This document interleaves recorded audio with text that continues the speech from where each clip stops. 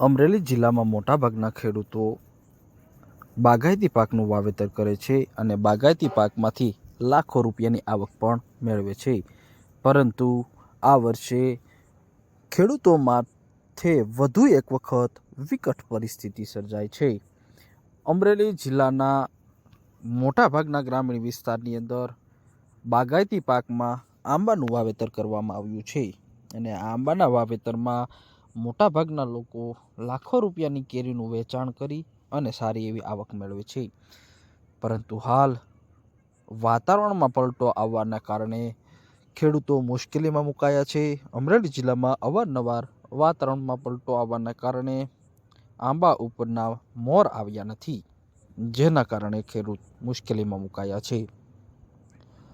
સ્થાનિક ખેડૂતોનું જણાવવું છે કે અમરેલી જિલ્લામાં વાતાવરણમાં અવારનવાર પલટો આવે છે અને વાતાવરણમાં પલટા આવવાના કારણે આ વર્ષે 20 દિવસથી 1 મહિના સુધી આંબામાં આવતો કેરીનો મોર લેટ આવી રહ્યો છે. તો અનેક વિસ્તારમાં મોર રેગ્યુલર સમયે આવ્યો છે, પરંતુ જે વિસ્તારમાં મોર લેટ આવ્યો છે એ વિસ્તારમાં ઉત્પાદન ઓછું થવાની શક્યતાઓ છે. તો સાથે જ આ વર્ષે કેરીના ભાવમાં પણ ઉછાળો જોવા મળશે.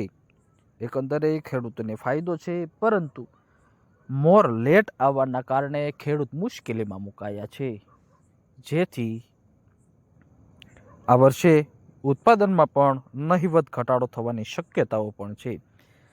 કારણ કે દર વર્ષે 1 માસ પહેલાં મોર આવતો હોય છે, પરંતુ આ વર્ષે આંબામાં મોર આવવાના કારણે ખેડૂતો મુશ્કેલીમાં મુકાય છે. હજુ સુધી અનેક વિસ્તારમાં મોર આવ્યો છે, તો અનેક વિસ્તારમાં નથી આવ્યો.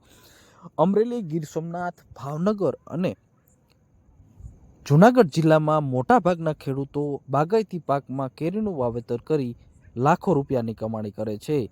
આ વર્ષે આંબામાં મોર લેટ આવવાના કારણે ખેડૂત મુશ્કેલીમાં મુકાયા છે. મારે ધનજીભાઈ મારું નામ છે, ઠવી અમારું ગામ છે. અને આ દર વર્ષે આ મોર પાન ન દેખાતો એટલો મોર આવતો હોય, પણ વરસાદ ઓછા અને રોગશાળાને હિસાબે આમાં હસોડો કાંઈ આ ફૂટ્યું જ નથી. જો આ પાસ્તર ફૂટ્યા છે, જો આ રેહે તો ભાવ રેહે ગણાય.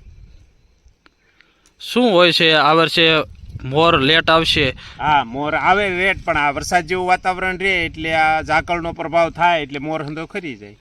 કેરીના ભાવમાં કેવું રહેશે? અરે કેરીના ભાવમાં તો હારા મારું રેહે અને રેહે.